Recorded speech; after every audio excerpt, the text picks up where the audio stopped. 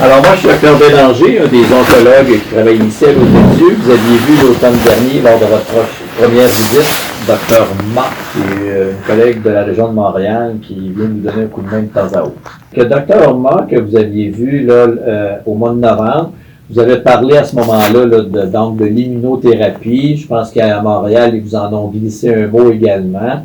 C'est le traitement qui est suggéré à l'heure actuelle là, pour la maladie que vous avez, le carcinome hépatocellulaire. C'est meilleur que les autres traitements que l'on faisait auparavant. Le traitement est donné intraveineux. Il est donné à toutes les 3 semaines. Chez la majorité des gens, ce sont des traitements qui sont bien tolérés. Oui, c'est ce que j'ai entendu. Peu ou pas d'effets secondaires, mais c'est sûr que est-ce qu'il peut y avoir des effets secondaires? La réponse est oui, il peut y avoir des effets secondaires. En oncologie, le principal effet secondaire de nos traitements, c'est la fatigue. Oui, c'est ça. Oui, ça c'est universel, je pense, pour nos traitements. Bien que l'immunothérapie, c'est pas ça qui va donner le plus de fatigue. Nos traitements de chimiothérapie sont pas mal pires que ça. Oui. Mais là, ça prend une gastroscopie? Moi, j'en ai pas besoin. Non. Non. Je sais pas, la gastroscopie, est-ce qu'on vous avait dit que c'était nécessaire avant le traitement? Ben, c'était le docteur Ma, là, qui avait parlé d'avoir ça avant. Ben, supposément que fallait qu'il regarde si, il y a 2 traitements. Elle m'a dit qu'il y en a un que ça prenait une gastroscopie, puis l'autre, ça n'en prenait pas. Oui. Nous autres, on n'a peut-être pas les mêmes habitudes exactement que...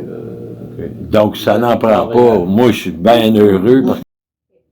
Puis, question comme ça, est-ce qu'ils ont déjà fait une gastroscopie pour voir si vous aviez des varices? Oui, mon oncle, j'ai fait une.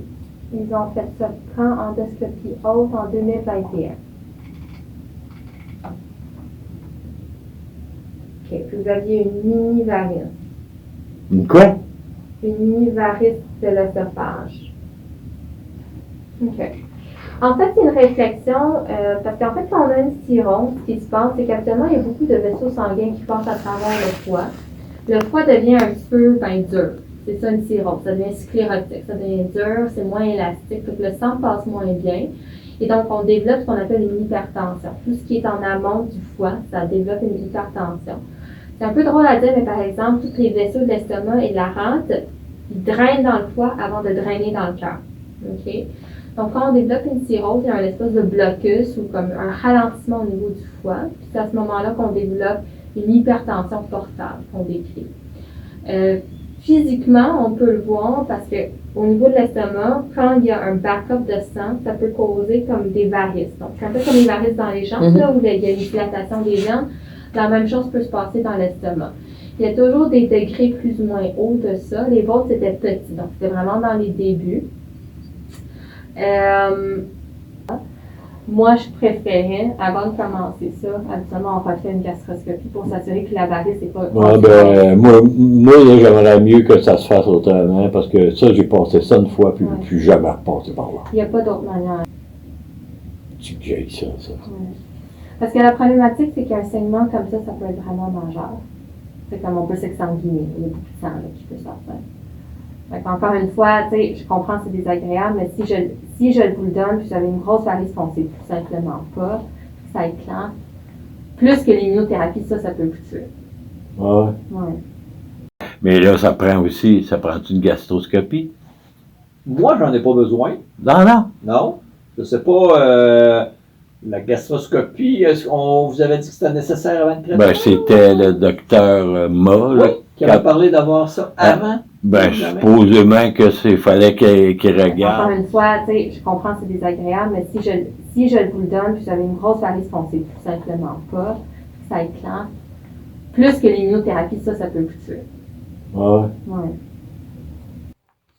Donc, après insistance de ma super infirmière Maude, qui m'a dit la même chose que Kim m'a, je me suis résigné et j'ai passé de nouveau une gastroscopie.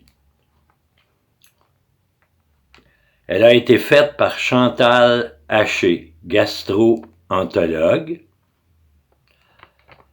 La gastroscopie a révélé une très grosse varice. Les images ont été transmises au docteur Bélanger, qui a tout de même autorisé le traitement d'immunothérapie malgré les risques très élevés d'éclatement de la varice. Ils vont vous donner votre rendez-vous pour le premier traitement. Moi, je demande la résonance qu'on devrait avoir rapidement. Je vais expliquer pourquoi on en a besoin rapidement. Ça fait qu'habituellement, ça ne traîne pas. Puis, on vous revoit ici avant le deuxième traitement, prise de sang nécessaire, puis on veut voir comment vous avez toléré le traitement. Au troisième traitement d'immunothérapie, la varice a éclaté et j'ai fait une hémorragie interne. Après 3 jours où ça n'allait pas du tout, sur les conseils de Maude, mon infirmière, j'ai été conduit à l'urgence de l'hôpital de Lévis et placé aux soins intensifs. Il ne me restait que 2 litres de sang dans le corps. J'étais sur le point de mourir.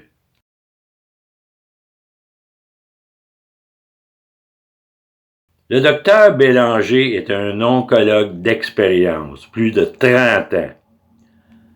Pourquoi a-t-il autorisé le traitement dans des conditions non souhaitables, comme celle-là? Ou ce médecin est le pire oncologue de tout le système de santé québécois, ou il a fait exprès, sachant ce qu'il allait arriver. Pourquoi, me diriez-vous, le docteur Bélanger aurait-il fait cela volontairement? Eh bien, en 2023, j'ai porté plainte contre un médecin au Collège des médecins. Ma plainte a été traitée évasivement par ce Collège des médecins. Personne n'a communiqué avec moi pour connaître le fond de l'histoire. Rien n'a été fait contre le médecin fautif. Après cela,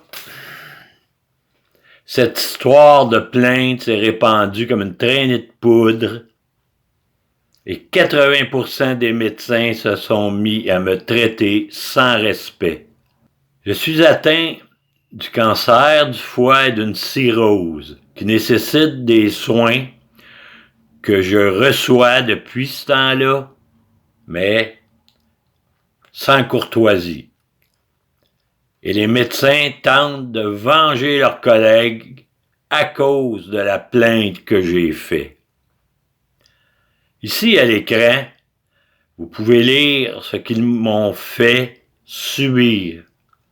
Ma femme a été témoin de la conversation que j'ai eue avec le gastro-entologue, le docteur Whitham, qui lui non plus ne m'a pas averti que mes médicaments contre la douleur, l'hydromorphone, ne fonctionneraient pas. Il m'a dit, donc vous avez chez vous tout ce qu'il vous faut. Avant de déposer plainte au Collège des médecins, j'en avais parlé avec ma pharmacienne. Elle m'a dit, ne faites pas cela. Ils vont tous se retourner contre vous. Eh bien, je ne l'ai pas cru. Les médecins sont membres de la secte du serpent et peuvent se conduire comme une bande de criminels.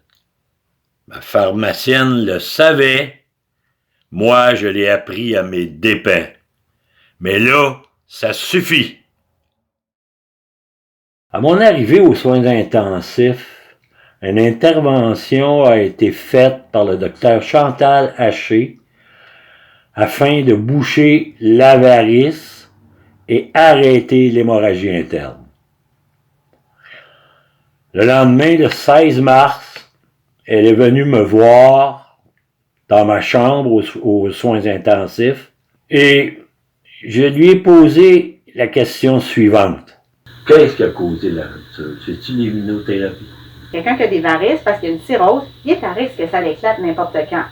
Est-ce que l'Avastin, là, la composante datée, moi j'appelle ça l'Avastin, là, c'est un des 2 traitements que vous recevez. C'est pas la composante d'immunothérapie, c'est la composante de chimiothérapie qu'on vous donne qui fragilise les muqueuses. C'est l'Avastin qu'on appelle. C'est pas d'immunothérapie? Vous avez un mélange d'immunothérapie puis de chimiothérapie, vous. Ah ouais, j'ai les deux, vous. Ah, je savais pas. Puis c'est la composante du chimiothérapie qu'on appelle l'Avastin. Ça, c'est le nom commercial. J'oublie le nom générique, là. C'est lui qui fragilise les muqueuses. Puis, est-ce que c'est juste ça qui a comme accéléré le segment de la varice? Peut-être que oui. Plus que l'immunothérapie, ça peut vous tuer. Ouais. Ouais. Donc, le traitement d'immunothérapie qui est composé de 2 différents produits pharmaceutiques qui sont mélangés ensemble et ensuite injectés dans le système sanguin est responsable de la rupture de la varice qui a causé l'hémorragie interne, comme l'avait dit le docteur Kim Ma, oncologue, qui n'a pourtant que quelques années d'expérience en comparaison au docteur Bélanger, qui a plus de 30 ans d'expérience. À mon avis, il a fait exprès